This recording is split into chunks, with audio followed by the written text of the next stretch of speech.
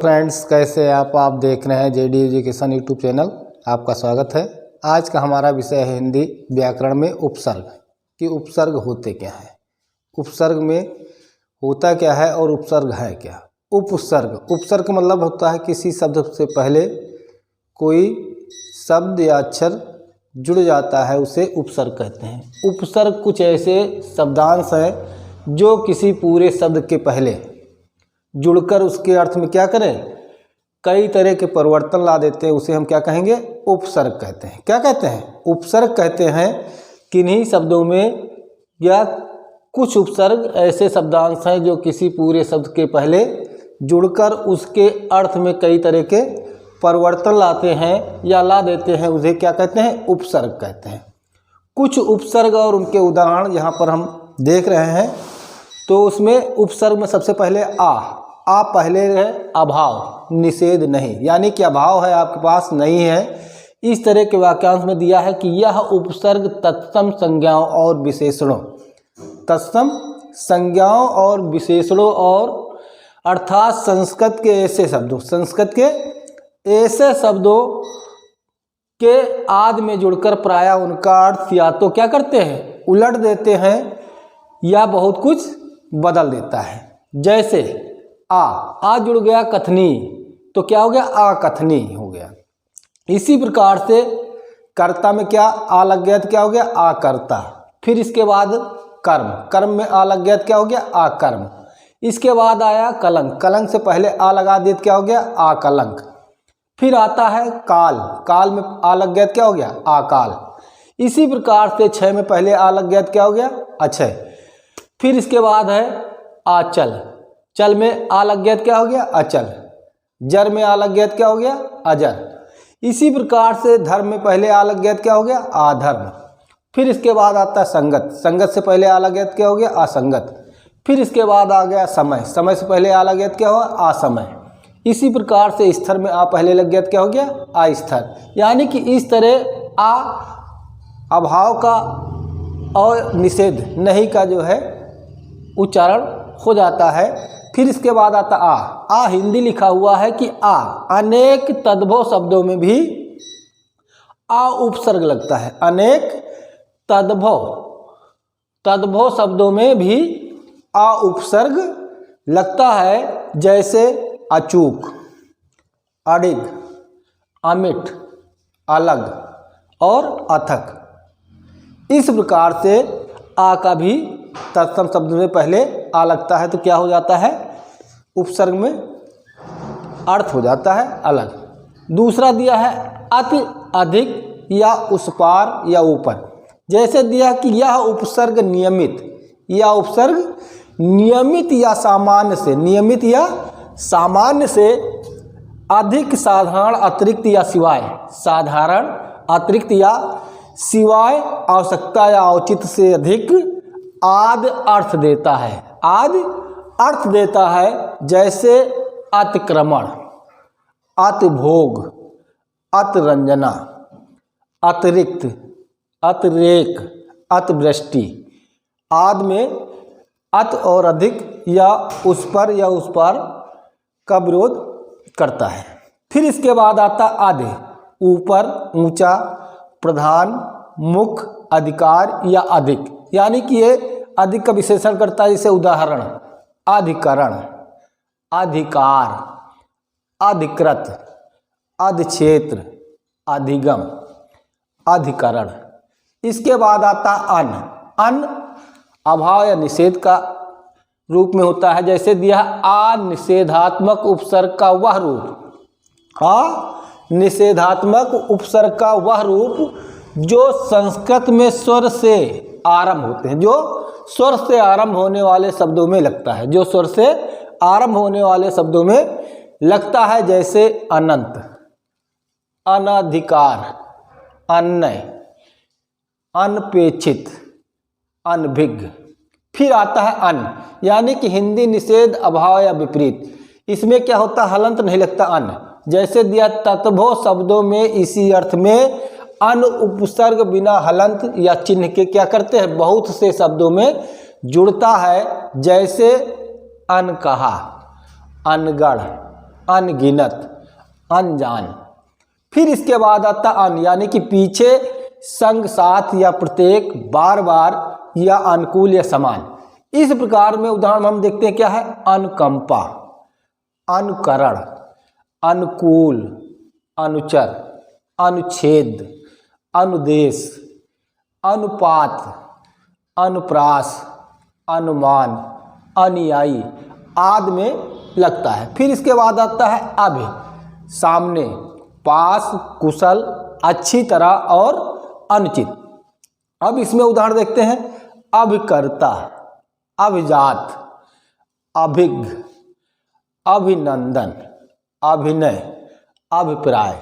फिर इसके बाद आता आ, अपनी ओर उल्टा, बलपूर्वक, तर्क आदि के रूप में प्रयोग होता है। जैसे उदाहरण, आकर्षण, आकलन, आकांक्षा, आक्रमण। फिर इसके बाद है आचरण, आजन्म, आदर्श, आत्म, अपना। अब देखिए इसमें उदाहरण देखते हैं, आत्मकथा, आत्मगौरव, आत्मघात, आत्महत्या, आत्मनिर्भर आदि शब्द देखने को मिलते हैं। ये सब क्या है, उपसर्ग हैं। फिर आप चलो इसमें देखते हैं कि जैसे लिखा उत, उत का मतलब है ऊपर, ऊपर होगा, ऊंचा होगा या श्रेष्ठ होगा। इसका अर्थ होता है उत, ऊपर, ऊंचा है, श्रेष्ठ। जैसे दिया हुआ उदाहरण में देखते हैं हम, उत्कंठा, उत्कर्ष, उत्कीर्ण, उत्खनन, उत्तर, उत्तराधिकार, उत्तीर्ण आदि के उत लगाने पर शब्द बनते हैं। फिर इसके बाद आता उप, उप का मतलब क्या होता है, आरंभ या समीपता, विस्तार या अधिकता। इसमें हम देखते हैं गौरता, छोटाई और व्याप्ति आदि शब्द का उदाहरण निकलता है अर्थ में। उदाहरण देखते हैं कि उपकरण, उपकार, उपक्रम, उपजीविका, उपजीवों, उपद्रव, उपधात। अब आगे आता है चिर, चिर का मतलब क्या होता है, बहुत समय, बहुत समय तक। जैसे कहा जाता है उदाहरण में, चितरंजन, चिरतन, चिरंजीव, चिरकाल, चिरैव। यानी कि इसका अर्थ है कि जब चिर लग जाता है तो इसका अर्थ होता है कि बहुत समय तक। फिर इसके बाद आता तत्, तत् मीन्स क्या होता है, वाह। उदाहरण में क्या है, तत्काल, तत्कालीन, तत्क्षण, तत्व, तत्पुरुष, तत्सम, तत्परांत, तद्भव आदि तत् लगाने से बनता है। फिर इसके बाद आता है दू, दू मीन्स क्या होता है, दूर, दुष, बुराई अथवा निषेध और कठिनता। यानी कि बुराई कोई करता है, कठिनता करता है, तो उसमें क्या उदाहरण मिलते हैं, उदाहरण मिलता है दुख, दुस्साहस, दुराग्रह, दुराचारी, दुरात्मा, दुरुपयोग, दुर्गंध, दुर्गति। इस प्रकार से शब्द दू लगाने से बनते हैं। फिर इसके बाद आता है नी, नी का मतलब होता है झुंड, नी का मतलब क्या होता है, झुंड या समूह। अथोभाव, अत्यंत, आदेश या भीतर। अब देखिए उदाहरण में क्या है, नी लगाने से निकाय, कोई चीज़ है जिसे हम कहते हैं नगर निगम, निकाय। फिर दिया निक्षेप, फिर आगे क्या दिया, निखिल, नी लगाने से क्या बना, निखिल। फिर निगम, यानी कि समूह का कोई न कोई झुंड का प्रतिनिधित्व करता है। फिर नितब, निदर्शन, फिर निदान, निदान का मतलब क्या है, जितना कोई रोग है कहते निदान कराइए। या निधि, हम कहते हैं हमारे पास ये निधि है भैया, तो ये नी लगाने से बनता है, जिसे झुंड या समूह का पता लगता है। फिर इसके बाद आता है पर, पराया, दूसरा, गैर, पीछे का। फिर इसमें देखिए उदाहरण में क्या है, अभी बताया गया पर मीन्स पराया। जैसे परछाई, परछाई क्या है, पराई है। परजीवी, हम जानते हैं जीव होते हैं जो परजीवी होते हैं, जो दूसरे पर स्थित होते हैं। परतंत्र, परदादा, परदादी, परदेश, परमार्थ। फिर इसके बाद आता परा। परा मीन्स क्या दिया है? परे, पीछे, उल्टा, यानी कि जो हो गया है। अब देखिए उदाहरण, पराक्रम, पराजय, पराभूत, पराकाष्ठा आदि शब्द आते हैं। फिर इसके बाद आता पर मीन्स क्या होता है? चारों ओर, अच्छी तरह, अतिशय या पूर्ण या बुरा। अब देखते हैं हम उदाहरण में क्या है? परिकलन, परिक्रमा, हम कहते हैं परिक्रमा करें, परिक्रमा मतलब घूमना, परिसर, परिग्रह, परिचय, परिचालन और परिजन, ये सब पर लगाने से बनते। फिर इसके बाद आता पुनः। पुनः मीन्स क्या होता? फिर, दोबारा, फिर से या दोबारा। उदाहरण में देखते हैं पुनरागमन, पुनरावलोकन, पुनरावृत्ति, पुनरीक्षण, पुनर्ग्रह, पुनर्ग्रहण। फिर इसके बाद आता है पर मीन्स क्या होता है? आगे, बहुत विशेष, मुख्य, बड़ा अंतर। जैसे दिया है उदाहरण में परकथन, प्रकांड, प्रकांड, प्रकार, प्रकाश, प्रकृति, प्रकोप, प्रकृति, प्रचंड और प्रचार। फिर इसके बाद आता प्रत। प्रत मीन्स क्या होता है? विपरीत, सामने, बदले में, हर एक, समान, मुकाबले में या अधीनस्थ। देखते हैं उदाहरण में क्या है? प्रतिकार, प्रतिकूल, प्रतिगामी, प्रतिग्रह, प्रतिघात, प्रतिज्ञा, प्रतिद्वंद। फिर इसके बाद आता है बद। बद मीन्स क्या है? फारसी शब्द है जिसका अर्थ क्या होता है? बुरा। जैसे हम कहते हैं उदाहरण में क्या है? बदतमाजी, बदकिस्मत, बदजुबान, बदगुमान, बदचलन, बदतमीज आदि शब्द जो है बद लगाने से बनते हैं, जिसका अर्थ क्या होता है? बुरा या खराब। फिर नेक्स्ट आगे देखो, बहु मीन्स क्या होता है? बहुत। यहाँ दिया बहु, बहुत मात्रा में या अनेक संख्या में जो होता है उसे हम क्या कहते हैं? बहुत या बहु। जैसे कहा गया उदाहरण में बहुभाषी, बहुभुज, बहुमत, बहुमूल, बहुरुपया, बहुवचन और बहुव्रीहि, यानी जिसमें बहु लग जाता है इसका मतलब है कि वो संख्या में अनेक है, उसकी वो विशेषता बता रहा। फिर इसके बाद आता है वे फारसी शब्द है जिसका होता है बिना रहित। ये क्या होते हैं? इनका अगर लगाया जाता है पहले तो क्या हो जाता है उदाहरण में? बेअदब, बेअसर, बेइज्जत, बेकरार, बेकसूर, बेकार, बाकायदा और बेखबर। इसके बाद फिर आता है वी का अर्थ होता है विशेष, विशेष या अनेक रूप या विपरीत अभाव या दूसरा या भिन्न। अब कैसे उदाहरण में देखते हैं विकर्षण। कर्षण तो समझ में आता, विकर्षण। फिर अगला क्या लिखा? विकास, विकीर्ण, विक्रम, विक्रय, विघटन। इसका अर्थ हो गया कि बी शब्द लगाने से विकर्षण, विकास और विकीर्ण आदि शब्द बन जाते। फिर इसके बाद आता सा। सा के सहित या के साथ एक ही में का, यानी कि जो सा होता है उसका उदाहरण में क्या होता है? सकर्मक, सकाम, सक्रिय, सक्षम, सचेतन, सजीव, सतर्क और सपूत। फिर इसके बाद आता सत। सत मीन्स क्या है? अच्छा या श्रेष्ठ। जहाँ पर सत लग जाता है वहाँ पर क्या है?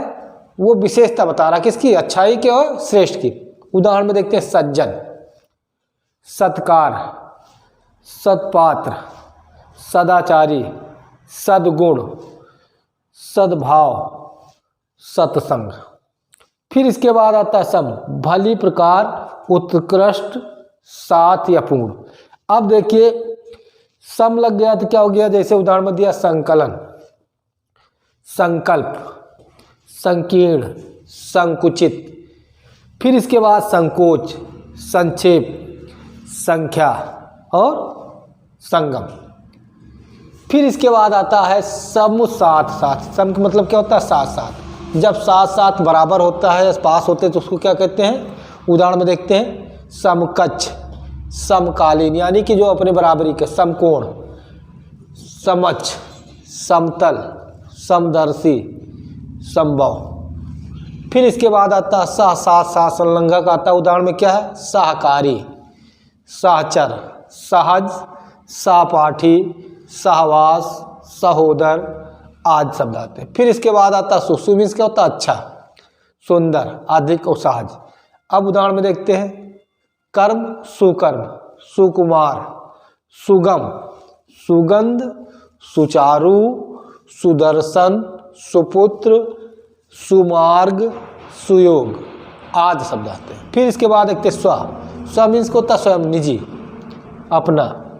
उदाहरण में क्या? स्वच्छंद, स्वतंत्र, स्वदेश, स्वयं, स्वागत, स्वाधीन, स्वार्थ आदि वाले जो निजी यानी स्वयं को प्रदर्शित करते। फिर इसके बाद आता हम। फारसी शब्द ये क्या है? साथ रहने वाला, एक सा, बराबर।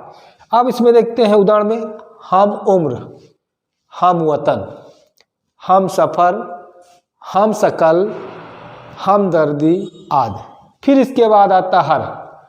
फारसी प्रत्येक, एक एक। हर मतलब क्या होता है? प्रत्येक, एक एक। जैसे उदाहरण में हर एक, हर माह, हर कोई, हर दम, हर रोज आदि। इस तरह ये हमारा उपसर्ग खत्म हुआ। नेक्स्ट वीडियो में फिर मिलते हैं, तब तक के लिए धन्यवाद। Please like and subscribe and support me. धन्यवाद।